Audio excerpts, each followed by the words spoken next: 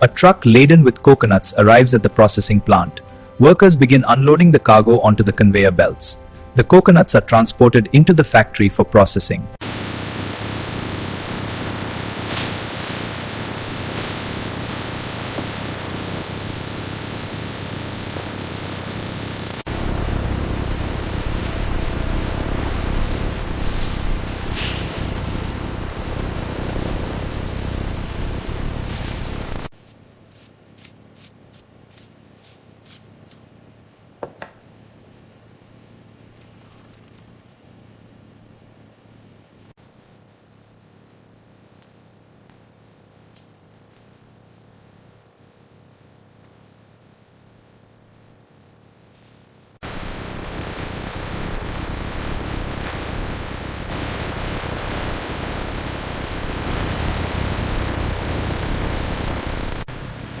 Pressure is holding steady at 2000 psi.